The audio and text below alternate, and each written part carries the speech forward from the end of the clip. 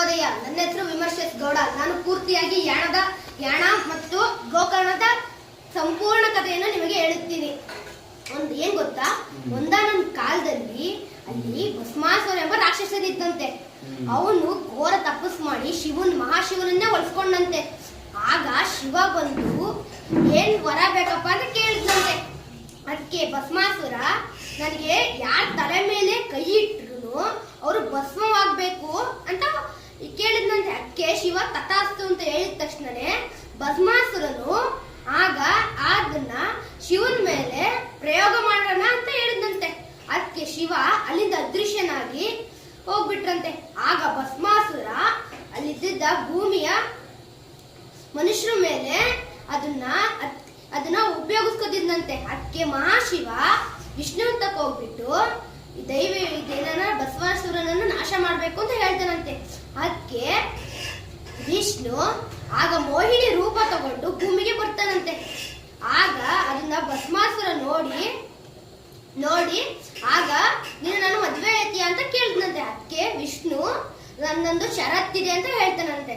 ಏನಂದ್ರೆ ನನ್ನ ಜೊತೆ ನೃತ್ಯ ಮಾಡ್ಬೇಕು ಅಂತ. ಆಗ ಭಸ್ಮಾಸುರ ಮತ್ತೆ ವಿಷ್ಣು ನೃತ್ಯ ಮಾಡ್ತಿದ್ರಂತೆ.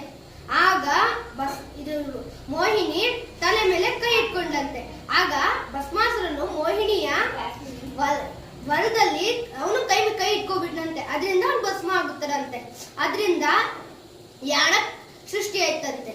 ಆದ್ರೆ ಸೈಂಟಿಫಿಕ್ ಪ್ರಕಾರ ಅಲ್ಲಿಂದ ಜ್ವಾಲಾಮುಖಿ ಇತ್ತಂತೆ. ಅದು ಸ್ಫೋಟಗೊಂಡು 2 ಶಿಖರವಾಗಿದೆಯಂತೆ. ಒಂದು ಮೋಹಿನಿ ಶಿಖರ, ಇನ್ನೊಂದು ಭೈರವೇಶ್ವರ ಶಿಖರ. ಅದರಿಂದ ಸೈಂಟಿಫಿಕ್ ಕಥೆಗಳ ಪುರಾಣಗಳ ಪ್ರಕಾರ ಭಸ್ಮಾಸುರ ತಲೆಯ ಕೈ ಮೇಲೆ ಇಟ್ಟಿಕೊಂಡಿದ್ದರಿಂದ ಅದರ ಬೆಂಕಿಯ ಪ್ರವಾಹದಿಂದ 2 ಬೆಟ್ಟಗಳ ಸೃಷ್ಟಿಯಾಗಿದೆ ಅಂದುಕೊಂಡಿದ್ದಾರೆ.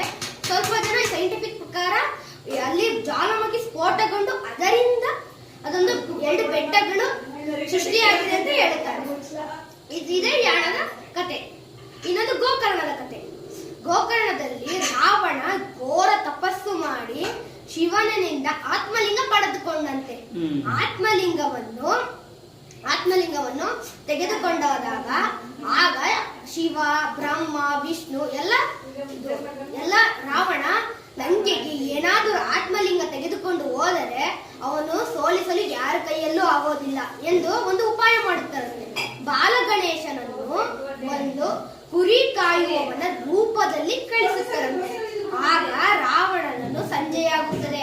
ಅವನು ಸಂಧ್ಯಾ ವಂದನೆ ಮಾಡಬೇಕು. ಏಕೆಂದರೆ ಅವನು ಬ್ರಾಹ್ಮಣ ರಾಕ್ಷಸ.